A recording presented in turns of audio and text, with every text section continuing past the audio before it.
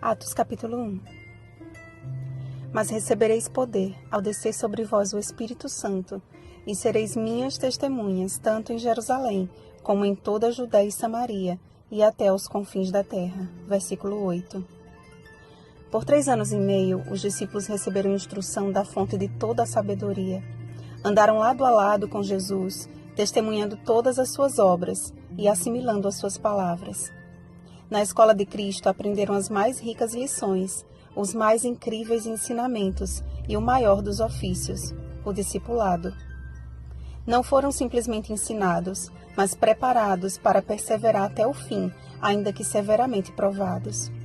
O discípulo amado acrescenta um detalhe muito importante no final de seu evangelho.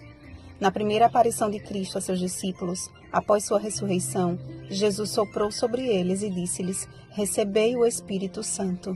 João 20:22. O grande desafio que os discípulos teriam de enfrentar envolvia uma série de barreiras, linguísticas, territoriais, religiosas e políticas. Somente mediante a intervenção divina obteriam êxito na missão de solidificar a Igreja de Cristo. Foi por intermédio do Espírito Santo que Jesus proferiu as últimas instruções a seus discípulos. E seria por intermédio do Espírito que cumpririam a missão que lhes foi confiada. Ide, portanto, fazei discípulos de todas as nações, batizando-os em nome do Pai e do Filho e do Espírito Santo. Mateus 28:19. A promessa do Pai, ou seja, o batismo com o Espírito Santo, logo se cumpriria, tornando simples varões galileus, empregadores fluentes em outros idiomas. Obedecendo à ordem do Mestre, os discípulos permaneceram em Jerusalém e dali não sairiam até que fossem capacitados para a obra global. Todos estes perseveraram unânimes em oração com as mulheres, com Maria, mãe de Jesus, e com os irmãos dele.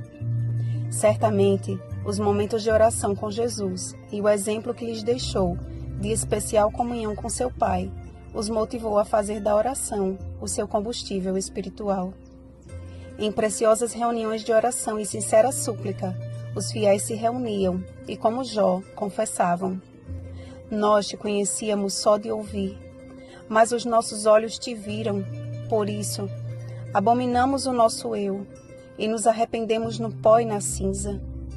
Leia Jó 42, 5-6. Um grande despertamento aconteceu e o coração tornou-se em boa terra para receber a chuva temporã.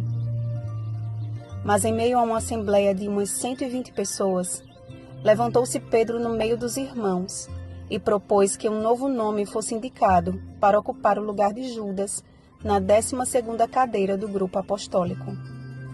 Entre José, cognominado Justo, e Matias, sobre este último recaiu a sorte, sendo-lhe então votado o lugar com os 11 apóstolos. Não há nenhuma outra referência das Escrituras em que seja citado o nome de Matias.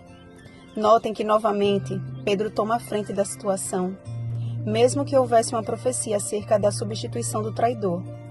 Esta substituição não deveria ser feita por aquele que elegeu os demais? Creio na eleição realizada pelo próprio Jesus, quando apareceu e fez cair por terra aquele que se tornaria o apóstolo dos gentios. Atos 9:4.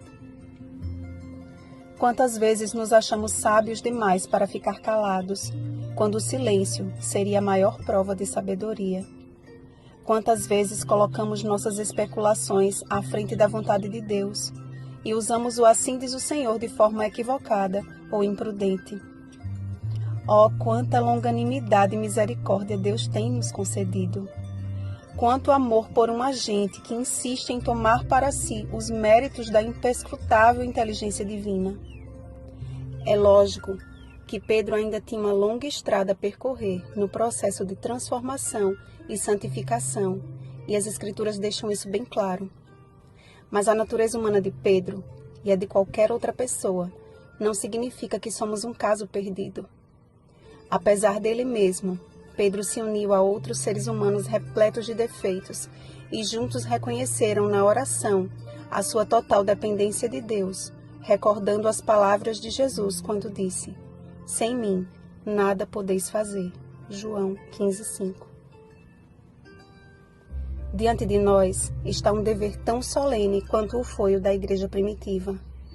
Há um mundo que precisa ser despertado do sono fatal e que geme pela expectativa de algo que não sabe explicar. A promessa do derramamento do Espírito Santo em nossos dias está se cumprindo em uma igreja invisível, que mesmo separada geograficamente, nunca esteve tão unida no firme propósito de cumprir o seu papel como a igreja do Deus vivo, coluna e baluarte da verdade. 1 Timóteo 3,15. É nosso dever diário pedir ao Pai que cumpra a sua promessa em nossa vida, e Ele descerá sobre nós como a chuva, como chuva serôdia que rega a terra. Oséias 6,3. Porque é tempo de buscar ao Senhor até que Ele venha. Oséias 10,12. Perseveremos unânimes neste propósito sagrado. Bom dia, batizados pelo Espírito Santo. Rosana Garcia Barros.